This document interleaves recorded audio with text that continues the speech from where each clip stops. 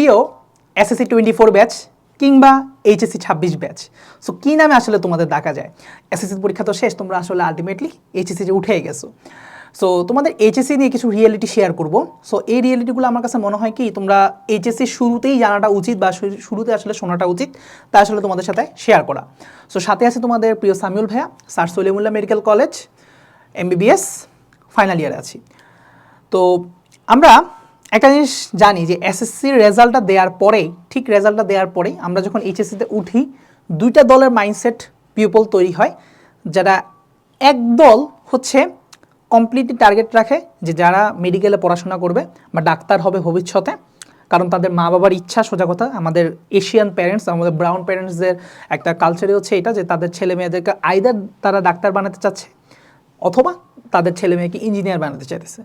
Even এটা স্টুডেন্টদের মধ্যেও আছে, এবং এটা স্টুডেন্টদের মধ্যেও সায়েন্সের সাবজেক্ট যারা পড়াশোনা করতেছে তারা সবাই এসএসসির পরে চিন্তা হচ্ছে আমি আইদার ডাক্তার হব, নাইদার আমি হচ্ছে যে ইঞ্জিনিয়ার হব। মানে কমপ্লিট এই দুইটা দলে ভাগ হয়ে যায়। এখন ফার্স্ট দল যারা, সেকেন্ড দল যারা, তাদের দুজনের মধ্যেই কিন্তু আসলে কিছু দেখা যায় কি, কিছু সাবজেক্ট নিয়ে কিছু সাবজেক্ট ফোবিয়া থাকে এবং সাবজেক্ট ওভার প্যাশন থাকে, কোনো সাবজেক্টে অতিরিক্ত প্যাশন থাকে। সো যেটা আসলে খুবই খুবই বাজে এসএসসির জন্য।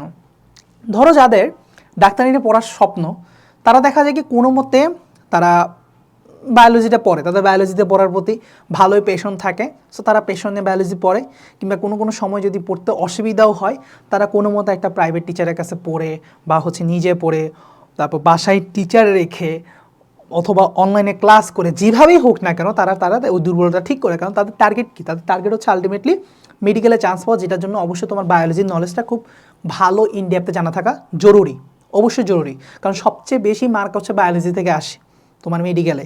ইভেন তুমি যদি মেডিকেল লাইফে সার্ভাইভ করতে যাও বা ডাক্তারি পড়তে চাও, তোমাকে সবচেয়ে বেশি যে নলেজটা গেইন করা লাগবে সেটা হচ্ছে বায়োলজি।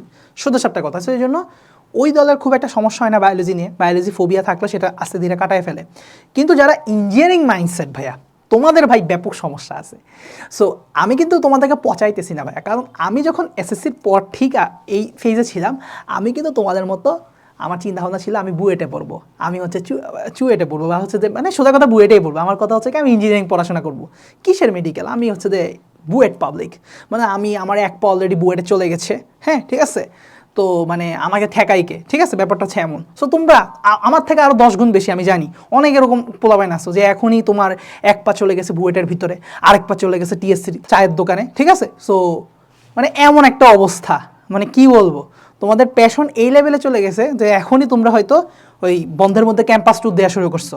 মামা এটা হচ্ছে ঢাকা ইউনিভার্সিটির গ্রন্থাগার, এখানে বসে আমরা বিসিএসে পড়াশোনা করব, ঠিক আছে।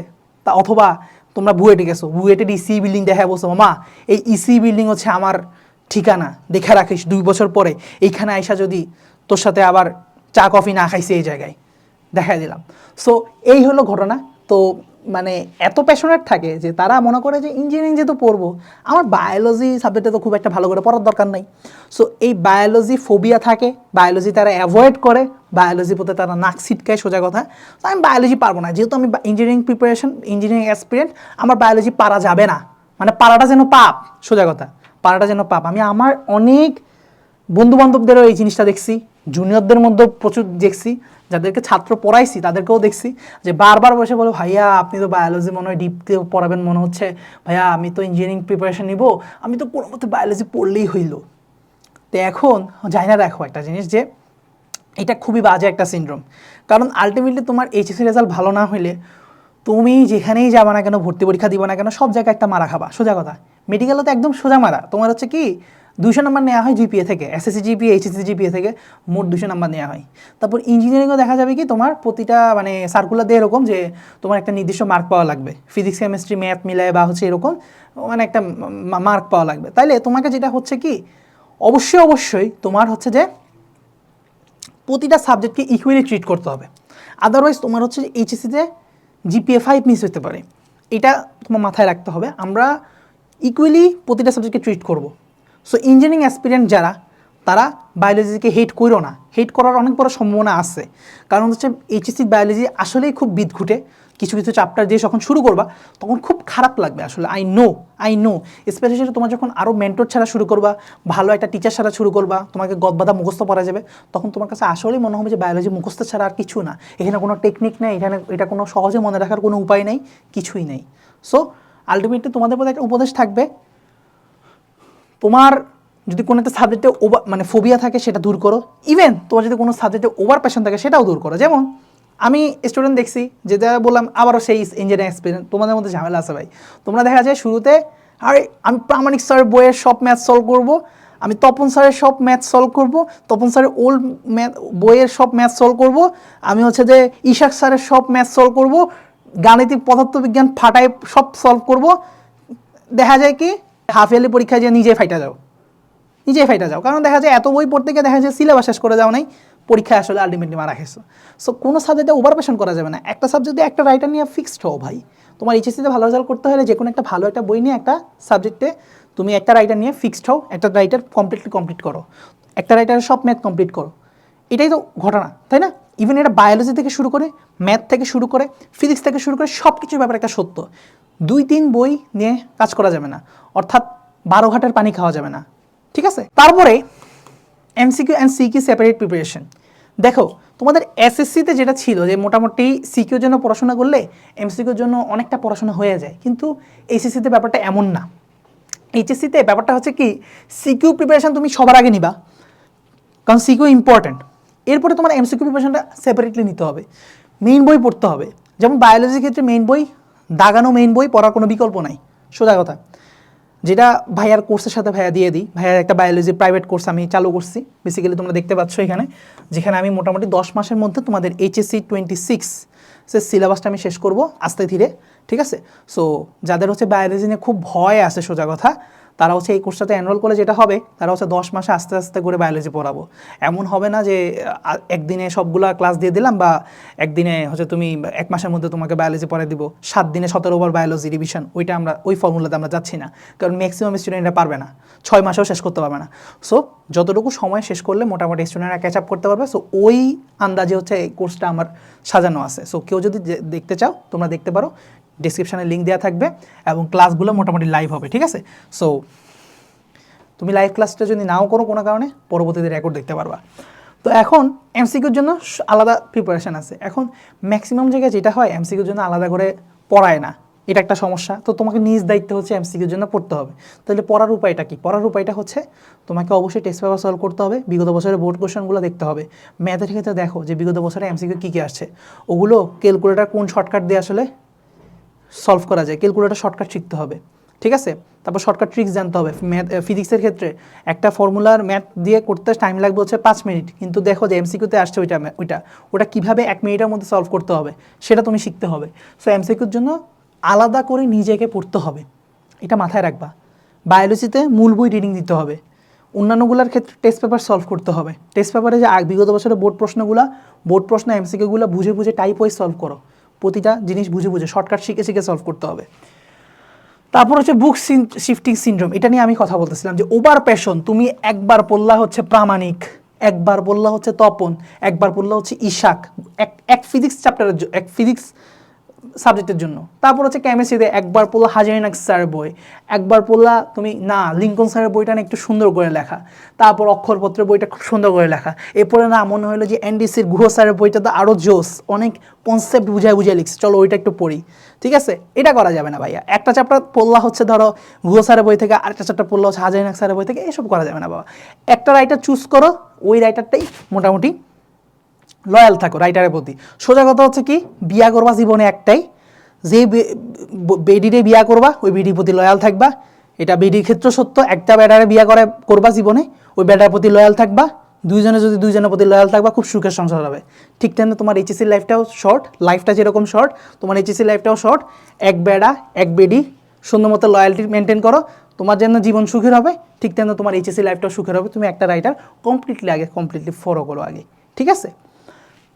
মানে সবসময় বিভিন্ন দিকে ঘোরা যাবে না। সো বুক শিফটিং সিনড্রোম এগুলো তোমার সরাইতে হবে। এখন আসি HSC time versus content. So তোমরা অলরেডি জানো যে আমি আরেকটা ভিডিও তোমাদের এখানে আলোচনা করছি যে এইচএসসিতে মোটামুটি সময় পাওয়া যায় হচ্ছে 18 মাস। আমরা যদি টেস্ট পরীক্ষা সময়টা বাদ দিই, টেস্ট পরীক্ষার পরবর্তী 3 মাসের সময় সব কিছু বাদ দিয়ে 18 মাসে তোমার সিলেবাসটা কমপ্লিট করতে হবেই। এরও আগে কমপ্লিট করতে পারলে ভালো, 15-16 মাসের মধ্যে, কারণ টেস্টের আগে তুমি পড়বা না 2 মাস। সো মোটামুটি তুমি 18 মাস সময় পাচ্ছ। এবং কন্টেন্ট হচ্ছে কি তোমার বিশাল, এসএসসি থেকে প্রায় 3 গুণ কন্টেন্ট। সো এই জন্য মাথায় রাখতে হবে আমাকে ডেইলি পড়াশোনা করতে হবে। যত আগে আমি পড়াশোনা শুরু করব তত আমার লাভ। এক, দ্বিতীয়ত হচ্ছে তোমার কোনো সাবজেক্টে আমার আলাদা করে ট্রিট করা যাবে না, সবগুলো সাবজেক্টকে আমাকে ইকুয়ালি ট্রিট করতে হবে। স্পেশালি যে সাবজেক্টটা নিয়ে সবচেয়ে বেশি অবহেলা হয়, মানে আমার কাছে মনে হয় আর কি, এইচএসসিতে যারা ইঞ্জিনিয়ারিং অ্যাসপিরেন্ট তারা সবচেয়ে বেশি অবহেলা করা হচ্ছে বায়োলজিকে। অবহেলা করো না, তোমাকে আলটিমেটলি এইচএসসিতেও বায়োলজি ভালো করে পড়তে হবে। আমি আজকে ওই যে বললাম না, আমিও তো অ্যাকচুয়ালি ইঞ্জিনিয়ারিং অ্যাসপিরেন্ট ছিলাম। আমার কাছে মনে হতো কি আমি আলটিমেটলি ভার্সিটিতে উঠে পড়াশোনা করবো, হচ্ছে ইঞ্জিনিয়ারিং ভার্সিটি পড়াশোনা করবো। আলটিমেটলি এখন আল্লাহর রহমতে আমি কোথায় পড়াশোনা করতেছি? মেডিকেলে। এখন এই সুইচটা কেন করতে পারছি? তোমার যদি কোনো কারণে সুইচটা করার দরকার পড়ে, তোমার ফ্যামিলি বলতেছে বা তোমারও একটা সময় মনে হইলো, বা তোমার সাপোজ তোমার গার্লফ্রেন্ডই বলছে যে মেডিকেলে তুমি যদি ডাক্তার না হও তোমাকে আমি বিয়ে করবো না, ঠিক আছে? সো তোমার ওই শিফটটা তুমি কীভাবে করবা? এই শিফটটা করতে গেলেও তো তোমাকে অ্যাকচুয়ালি বায়োলজির ভালো করে পড়া থাকা লাগবে। এই আমি কেন পারছি? কারণ হচ্ছে আমি কখনোই বায়োলজিটাকে ইগনোর করিনি। আমি এটা কমপ্লিটলি খুব ভালো করে এতভাবে রপ্ত করছি যে আমার অ্যাডমিশনে গিয়ে আমার মানে তেমন একটা কঠিন পর্যায়ে যাইতেই হয় না। আমার এনডিসির অনেকগুলো স্টুডেন্টকে আমি দেখছি, নিজের অনেকগুলো বন্ধুবান্ধবকে দেখছি বায়োলজি পড়তে গিয়ে হেভি হিমশিম খাইতেছে। আমি তাদেরকে জিজ্ঞেস করে ওরা এনডিসি লাইফে নাকি তেমন একটা বায়োলজি পড়েই নাই, ওরা এত কুইজ এই সেই ফিজিক্স কেমিস্ট্রি এগুলো এত ভালো করে পড়ছে, কিন্তু বায়োলজিকে এত ইগনোর করা করছে। আদৌ হাসান স্যারের বইয়ে কী কী জায়গায় কোথায় লুকায় লুকায় আছে এমসিকিউ এগুলো জানে না। খুবই প্যাথেটিক ব্যাপার স্যাপার। সো অ্যাডমিশনে গিয়েও মারা খাবা, একাডেমিকেও মারা খাবা। সো মাথায় রাখো, কোনো একটা সাবজেক্ট কখনোই তুমি অবহেলা করবে না। বিশেষ করে আমি যেহেতু বায়োলজি পড়াই, আমি বাবা বায়োলজিটা নিয়ে সবার আগে কথা বলবো, এটা নিয়ে অবহেলা করো না, ঠিক আছে? ইভেন বাংলা, ইংলিশ, আইসিটি যেগুলো তোমার গ্রুপ সাবজেক্টের বাইরে, এগুলোকেও অবহেলা করো না, ঠিক আছে? কারণ কোনো একটা সাবজেক্টে প্লাস পিস গেলে তোমার এটা অ্যাডমিশনের যে কোনো জায়গায় ভুগাবে। ইভেন ঢাকা ইউনিভার্সিটিতেও তোমার জিপিএ থেকে মার্ক কাউন্ট করে, তোমার মেডিকেলও জিপিএ থেকে মার্ক কাউন্ট করে। 200 নাম্বার জিপিএ থেকে আসে, এসএসসি জিপিএ থেকে 75 নাম্বার, এইচএসসি জিপিএ থেকে 125 নাম্বার, টোটাল 200 নাম্বার কাউন্ট করে হচ্ছে জিপিএ থেকে। সো আলটিমেটলি তোমাকে এইচএসসি রেজাল্ট ভালো করতে হবে, মাথায় রাখতে হবে। সো আলটিমেটলি যে কোনো ধরনের সুইচ যদি তুমি করতে চাও, তোমাকে সব সাথে খুব গুরুত্ব দিয়ে পড়তে হবে। সো আলটিমেটলি এগুলো ছিল কিছু রিয়েলিটি চেক। তোমরা এইচএসসি 26 ব্যাচ পড়াশোনা শুরু করবা ইনশাল্লাহ কিছুদিনের মধ্যে। এবং রাইটার সিলেকশনে যদি আমরা একটু হালকা করে কথা বলি, ওয়ান রাইটার ফর্মুলাটা আগাবা। ওয়ান রাইটার ফর্মুলা যদি আমাকে বলো যে কেমিস্ট্রির জন্য একটা সাজেস্ট করেন বই, ভাই হাজারিনাগ স্যারের বইটা পড় ভাই, ভালো লাগুক খারাপ লাগুক আলটিমেটলি প্রশ্ন কমন পাবা এখান থেকে। ফিজিক্সের জন্য যদি বলো বাবা আলটিমেটলি ঈশা স্যারের বইটা পড়, মানে প্লাস মাইনাস হিসাব করলে এই হচ্ছে মডারেট কঠিন একটা বই, যেটা খুব কঠিনও না যেটা খুব সহজও না, এখান থেকে প্রশ্ন ভালো কমন পাবা, ঠিক আছে? তারপর হচ্ছে ফিজিক্স কেমিস্ট্রি ম্যাথের জন্য বাবা তোরা রূপন্তী পাবলিকেশনে বই পড়তে পারিস, অথবা এসইউ আহমেদ স্যারের বই পড়তে পারিস। আমি পার্সোনালি এসইউ আহমেদের স্যারের বই পড়ছিলাম, এটা এইচএসির জন্য মোর দেন এনাফ। এসইউ আহমেদ স্যারের বই আমার এইচএসির জন্য খুব ভালো এনাফ মনে হয়েছে। ফিজিক্স কেমিস্ট্রি ম্যাথ বায়োলজিতে হচ্ছে আজমল স্যারের বইটা পড়বা হচ্ছে তোমরা ইয়ার জন্য, জুলজির জন্য, এবং বোটানির জন্য পড়বা হচ্ছে হাসান স্যারের বইটা, ঠিক আছে? সো এই হচ্ছে মূল ঘটনা। আর কেউ যদি ইন্টারেস্টেড থাকো যে ভাইয়া আপনার সাথে আমি আমার এইচএসসির বায়োলজি জার্নিটা আমি কন্টিনিউ করব, feel free to enroll. Order মানে ভর্তি চলতেছে, এবং এখন একটা কোড দিলে ABP30, এই কোডটা দিলে তুমি 30% ডিসকাউন্টে আরও কম দামে কোর্সটা পেয়ে যাবা, ঠিক আছে? সো আজকের জন্য এতটুকুই, দেখা হচ্ছে পরবর্তী ভিডিওতে। আল্লাহ হাফেজ।